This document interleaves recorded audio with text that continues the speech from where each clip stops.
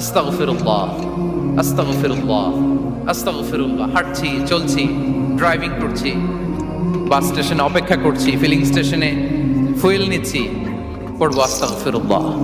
কি পড়বো? আস্তাগফিরুল্লাহ। যারা সব সময় আস্তাগফিরুল্লাহ পড়ে তাদের রিজিকের কোনো টেনশন হয় না, রিজিক নিয়ে তাদের আর কোনো চিন্তা থাকে না। আল্লাহ নবী নূহ আলাইহিস সালাম তিনি ওনার জাতিগোষ্ঠীকে বলেছিলেন, ফাকুলতু আস্তাগফিরু রাব্বাকুম ইন্নাহু কানা গাফফারা।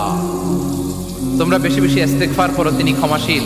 ইস্তেগফার করলে কি হবে? ইউরসিলিস সামা আলাইকুম মিদরারা, রহমতের বৃষ্টি বর্ষণ হবে, তোমাদের জমিগুলো উর্বর হবে। ওয়া ইউমদিদুকুম বিআমওয়ালি ওয়া বানিন, আল্লাহ তাআলা তোমাদেরকে সম্পদে বারাকা দিবেন, সন্তানে বারাকা দিবেন।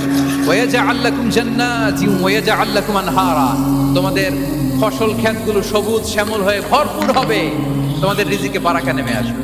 তাহলে আমরা যেন বেশি বেশি ইস্তেগফার করি। বিষ্ণু ইসা ইসলাম বলেছেন, মান লাযামাল ইস্তিগফার জাআলাল্লাহু লাকুম মিন কুল্লি দীকিন মাখরাজা ওয়া মিন কুল্লি হাম্মিন ফারাজা ওয়া ইয়ারযুকহু মিন হাইসু লা ইয়াহতাসিব। যে সব সময় ইস্তেগফার করে তার কোনো টেনশন থাকে না, তার জীবনে দুশ্চিন্তা আসে না, আর এমন জায়গা থেকে আল্লাহ রিজিকের বন্দোবস্ত করে যেটা সে কল্পনাও করে না।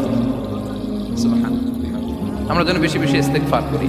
আস্তাগফিরুল্লাহ, এটা হচ্ছে ভেরি শর্ট ফর্ম অফ ইস্তেগফার। অথবা পড়তে পারেন আস্তাগফিরুল্লাহ আল্লাযী লা ইলাহা ইল্লা হুয়াল হাইয়ুল কাইয়্যুম ওয়া আতুবু ইলাইহি।